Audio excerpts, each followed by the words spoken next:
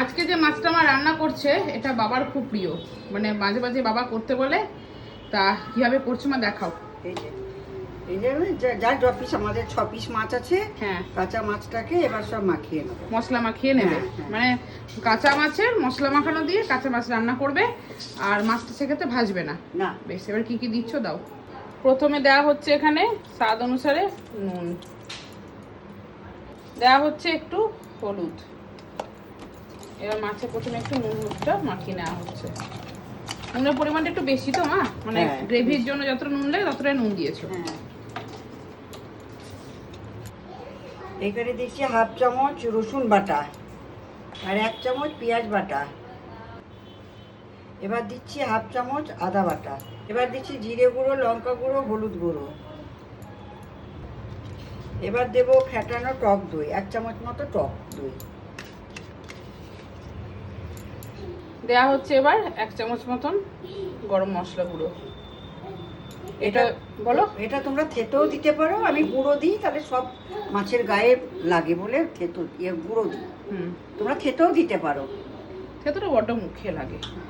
দেওয়া হচ্ছে একটা টমেটোকে 4 পিস করে কেটে নেওয়া হচ্ছে, সেটা দিয়ে দেওয়া হলো। আর দেওয়া হচ্ছে এখানে কাঁচা সরষের তেল। কতটা দেবে মা, কপলা দেবে? 4 পলা দেবো। 4 পলা মতন সরষের তেল, ঠিক আছে। দেওয়া হচ্ছে স্বাদ অনুসারে, আর একটু নুন লাগবে মা যেটুকু বুঝলো আইডিয়া করে, আর সামান্য একটু নামমাত্র একটু চিনি দেওয়া হচ্ছে। এবার এটাকে হাতের সাহায্যে ভালো করে মেখে নিতে হবে। এটা কিন্তু মা আগে হামেশাই করতো, সত্যি কথা বলতে গেলে এটা বাবাই সবচেয়ে বেশি পছন্দ করে, আমরা অতটা খেতে চাই না বলে মা করে না। আর চট জলদি হয়ও, চট জলদি হয়, আর একটা একটা করে মাছ ভাজতে অনেক সময়ও লাগে। আর এটা খেতে কিন্তু দারুণ লাগে, তাই না মা? এটা কিন্তু টাটকা মাছে করতে হবে, যে আজকে ফ্রিজে রেখে কালকে এই মাছে ভালো লাগে না। হ্যাঁ, মাছ এনে সেদিন করলে সবচেয়ে ভালো ভালো হয়। ভালো করে এটাকে মাখিয়ে না হলে এবার এই অবস্থা একটু রেখে দেবে তো? হ্যাঁ, এটা রেখে দেবো 10 মিনিট। 10 মিনিট মতন রেখে দেওয়া হবে। 10 মিনিট মতন হয়ে গেছে, এবার কি করছো মা? কড়াইয়ের মধ্যে মাছটা এবার ঢেলে দেবো। আর তেল দেবে না তো কড়াইয়ের উপর তখন? না, এটা কড়াইও তোমরা মাখতে পারো, আমি এটা আলাদা করে মাখলাম তাই। এই বাটি ধোয়া জলটা দিচ্ছি, আর এটা যেহেতু কাঁচা মাছ বেশি জল দেবে না, বেশি জল দিলেই জল বেরিয়ে যাবে প্রচুর।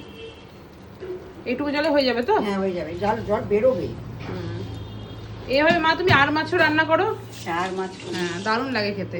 আর মাছটা পুরো মাংসের মতন লাগে এভাবে রান্না করলে, সেম প্রসেসে। দেখবে কত জল বেরোবে। এবার সিম করে দেবো, গ্যাস বাড়ালে হবে না। গ্যাস কমিয়ে দিলে তাই তো? এবার দিয়ে দেওয়া হলো একটা তেজপাতাকে। এটা মাখার সময় দেওয়া হয় তাই তো মা? মা ভুলে গেছে, তাই মা বললো যে আমি এখন দিয়ে দিই।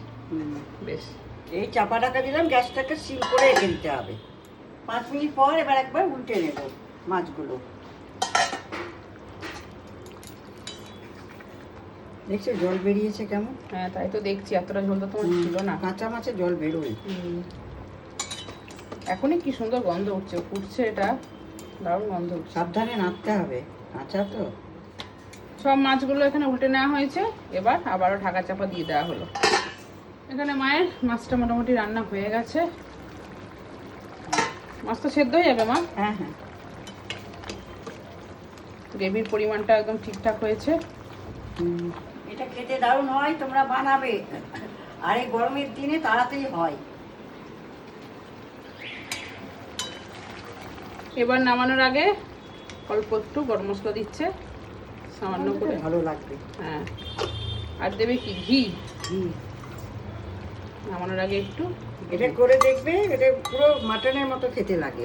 বাবা রে, হ্যাঁ হ্যাঁ লাগে, পয়সা বেঁচে যাবে তোমাদেরই। হ্যাঁ। না তবে হ্যাঁ, সত্যি খেতে কিন্তু সত্যি দারুণ। এই যে এখন করছে, আমি তো গন্ধ পাচ্ছি, দারুণ গন্ধ উঠছে একটা। সত্যি কেউ যদি না বলা যায়, লোকে বাইরে থেকে এসে ভাবে মাংসই রাঁধছো তুমি। মাংস কষানোর সময় আমার সুন্দর গন্ধটা না, সেরকম গন্ধ উঠছে। হয়ে গেছে তো এটা? হ্যাঁ, হয়ে গেছে। দেখো আমার কাঁচা মাছ, মাখানো চোপানো মাছ একদম রেডি। করে দেখবে মাটনের মতো খেতে লাগে। ঠিক আছে।